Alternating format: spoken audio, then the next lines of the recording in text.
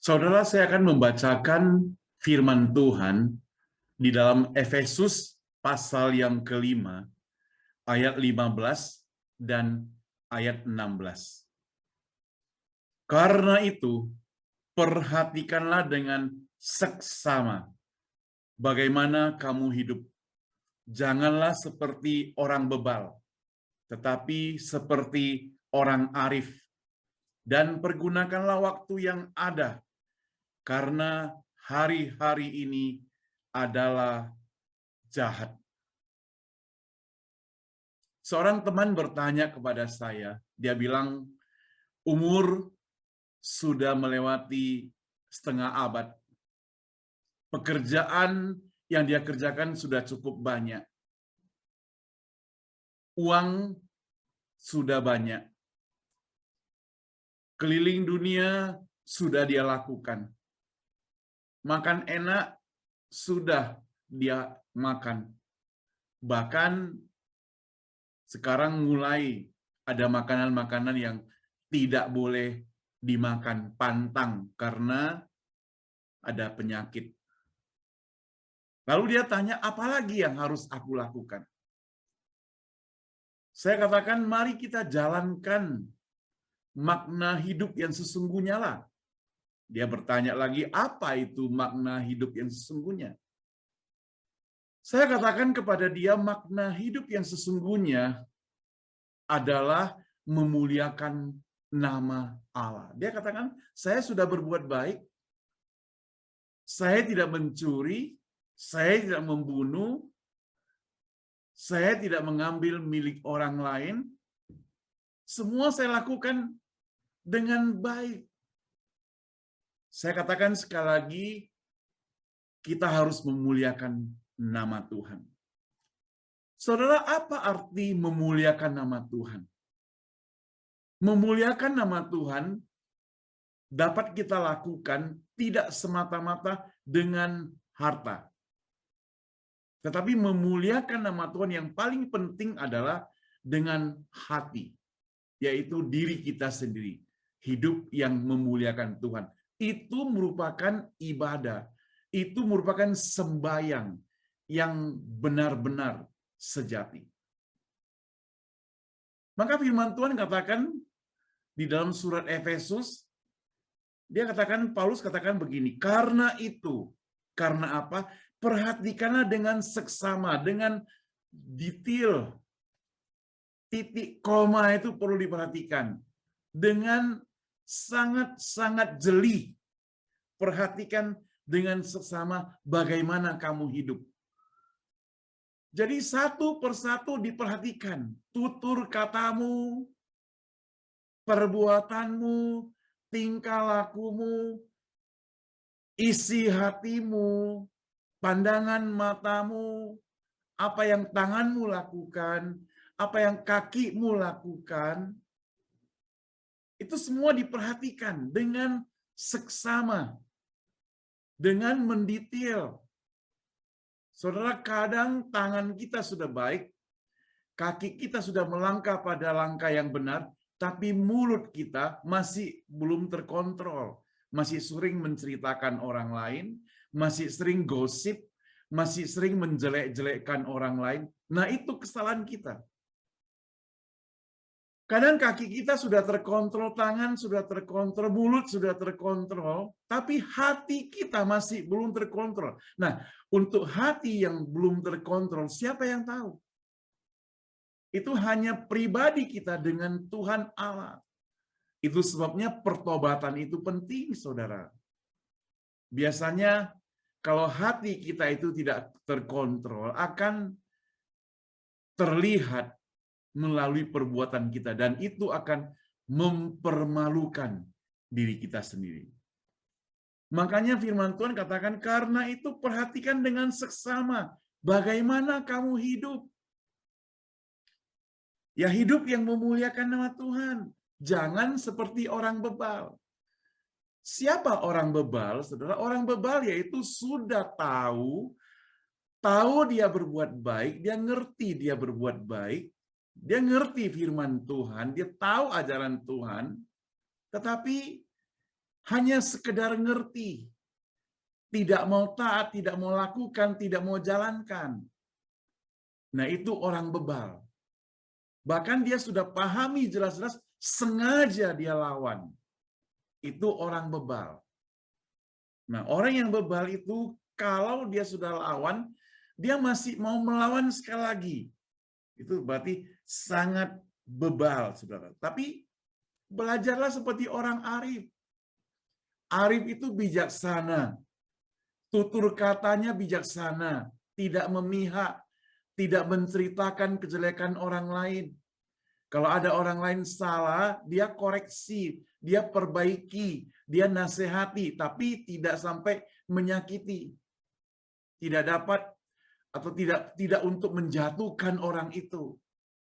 Dan kalau orang itu baik, kalau orang itu benar, dia menyampaikan pujian. Jujur dia katakan, tidak memihak. Oh, karena kawan ini lebih baik kepada dia, maka dia puji.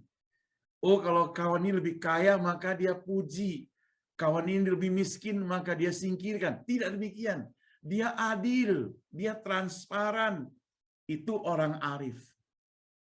Arif itu bijaksana. Kata-katanya itu sangat bijak, tidak menyakitkan. Kata-katanya itu mengeluarkan kata-kata yang positif. Kata-kata yang membangun. Kata-kata yang sungguh-sungguh membuat orang lain lebih bersemangat, lebih dikuatkan, tidak menjatuhkan, tidak menghancurkan, tidak merusak. Itu orang arif, orang bijaksana. Saudara, terus terang, saya rindu menjadi orang yang bijak. Tidak gampang menjadi orang bijak. Kadang kita pikir apa yang kita mau katakan itu baik, tapi rupanya tidak bijak. Contohnya dalam persekutuan doa, ada orang tidak suka kalau ada sanak familinya yang bermasalah, itu dibawakan dalam doa. Karena itu bisa menjadi gosip. Nah, kita mungkin merasa baik hati melihat teman kita bermasalah, kita bawakan dalam doa. Dengan kata lain, kita sudah menyebarkan gosip. Mestinya orang lain tidak tahu, menjadi tahu, padahal maksud dan tujuan kita itu baik. Tapi sayang sekali, kita tidak bijak. Kita tidak arif. Jadi perlu hati-hati. Bijak itu tidak gampang, saudara. Bijak itu memerlukan hikmat yang daripada Tuhan. Bijak itu perlu dipikir ulang. Bijak itu perlu mendapat nasihat dari orang lain. Bijak itu ya bijaksana. Saudara yang saya kasih Tuhan, itu sebabnya kita sebagai orang percaya diminta menjadi orang yang bijak, orang yang arif. Orang yang bijak, orang yang arif, dia akan menghargai apa yang Tuhan berikan. Dia akan menghargai kesempatan yang Tuhan berikan kepadanya. Dia tidak malas-malasan, tidak berleha-leha, tidak menghambur-hamburkan uangnya. Kalau Tuhan memberikan berkat pada dia, dia tahu berkat itu mau dipakai untuk apa. Dia tahu berkat itu berguna untuk apa. Sama-sama berguna, tapi dia akan pergunakan yang paling berguna. Itulah orang bijak. Makanya di dalam ayat 16 dikatakan, dan pergunakanlah waktu yang ada. Waktu yang ada. Setelah kita masing-masing diberikan waktu 24 jam sehari. Tapi sayang sekali, saudara, ada orang mengatakan waktunya itu tidak cukup. Apakah benar tidak cukup? Mestinya tidak demikian, saudara. Sama-sama kita mendapatkan waktu 24 jam. Tapi kalau kita tidak hati-hati mengalokasikan waktu itu dipergunakan, maka kita akan stuck di situ. Kita akan bahaya. Saudara, kadang saya mengalami seperti demikian. Tujuan utama, saya akan mempersiapkan khotbah misalnya. Dan itu perlu konsentrasi, perlu persiapan, perlu baca. perlu menyediakan waktu, perlu doa. Tapi saudara kadang sudah duduk di meja belajar, gara-gara ada berita dari WhatsApp, terlihat sebentar, terpengaruh untuk balas, lalu teman membalasnya lagi, tertarik untuk telepon, telepon yang masuk pun itu dari telepon spam yang masuk, yang mestinya tidak perlu diangkat. Jadi waktunya sudah habis. Belum lagi tiba-tiba ada orang yang perlu bantuan kita. Jadilah seharian itu sudah sia-sia. Tidak jadi mempersiapkan apa-apa. Jadi perlu di sini dikatakan pergunakan waktu yang ada. Benar, karena hari-hari ini adalah jahat. Banyak godaan yang terjadi ketika kita mau duduk diam untuk Tuhan.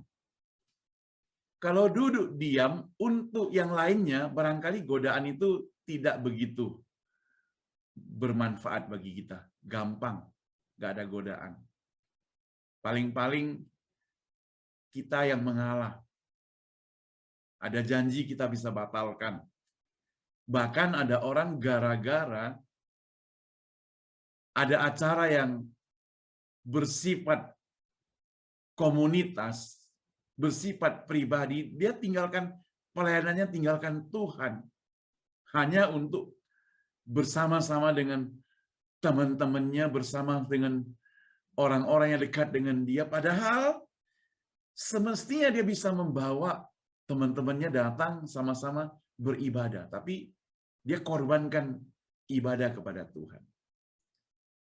Seringkali saya memberikan nasihat kepada kaum muda, jemaat Tuhan di gereja, kalau engkau pergi vakansi, pergi bertamasya, pergi piknik, yang memerlukan nginap berapa hari di luar kota atau luar negeri, engkau perlu membawa Alkitab. Zaman sekarang gampang sih, di HP ada Alkitab. Tapi yang paling penting adalah engkau perlu ingat di mana letak gereja. Jadi hari Minggu, pagi-pagi engkau utamakan dulu datang ke gereja. Supaya melengkapi hari tersebut, kuduskan hari Sabat. Jangan kita pikir kalau saya sudah berada di luar negeri, orang lain tidak lihat, tapi Tuhan lihat bahwa engkau telah, atau kita telah melalaikan ibadah kepada Tuhan. Saudara, di mana-mana ada gereja, di mana-mana ada tempat ibadah. Kita boleh mencatat atau search melalui Google.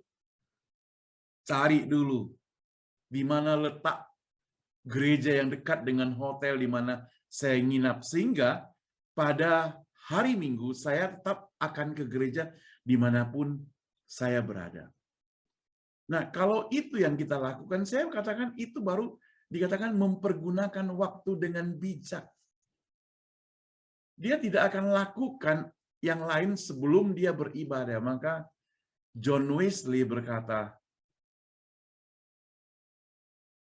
tidak ada Alkitab, maka tidak ada sarapan pagi.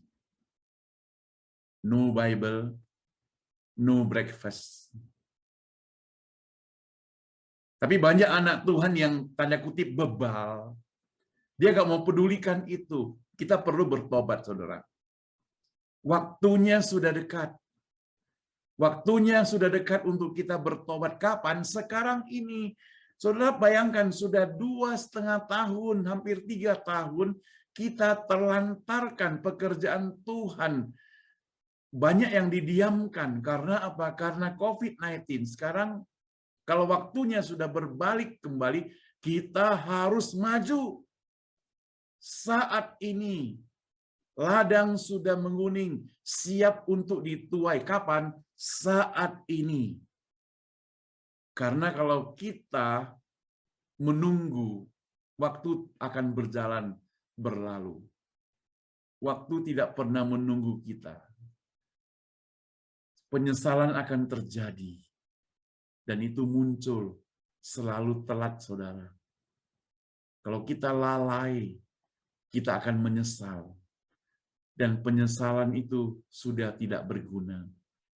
Selama kita masih diberikan tubuh yang sehat, mari saudara, kita pergunakan waktu dengan sebaik-baiknya, lakukan firman Tuhan, kabarkan firman Tuhan kepada orang lain. Sungguh-sungguh kabarkan kepada orang lain. Supaya kita tidak egois. Supaya firman Tuhan bukan hanya kita sendiri yang terima, tapi kita mau orang lain juga terima. Orang lain juga mendapatkan keselamatan itu. Pergi dari kota di mana engkau tinggal sampai ke ujung bumi. Kapan? Sekarang juga. Mari kita berdoa. Allah Bapa kami di surga, kami bersyukur, terima kasih kepadamu. Kadang Allah kami harus minta pengampunan kepadamu karena tanpa kami sadari kami telah lalai, menghambur-hamburkan waktu, menjadi orang yang kurang bijak, menjadi orang yang bebal, menjadi orang yang tegar tengkuk, tidak mau taat kepadamu Tuhan. Oh Tuhan, seandainya kami mau taat, seandainya kami mau setia, seandainya kami mau melaksanakan apa yang Engkau perintahkan Tuhan, tentu semuanya itu akan berbuah dengan manis indah. Tuhan ampuni kami kalau selama ini kami lalai. Dan kalau ada kesempatan Tuhan, pakailah kami Tuhan, jangan biarkan kami Tuhan. Tuhan tetap pakai kami yang tidak ada gunanya ini. Dan bersyukur untuk kesempatan yang Tuhan berikan. Tuhan tolong kami Tuhan. Biarlah kami boleh dilibatkan untuk menyampaikan berita sukacita supaya bukan diri kami sendiri yang selamat, tapi orang lain sekitar kami. Mereka juga boleh percaya kepadamu, terutama orang-orang yang kami kasihi. Orang yang dekat dengan kami. Orang yang kami kenal. Orang yang ada berhubungan erat persaudaraan, pertemanan, persahabatan dengan kami. Dengar doa kami Tuhan. Dalam nama Tuhan Yesus kami berdoa. Amin. Tuhan Yesus memberkati kita sekalian.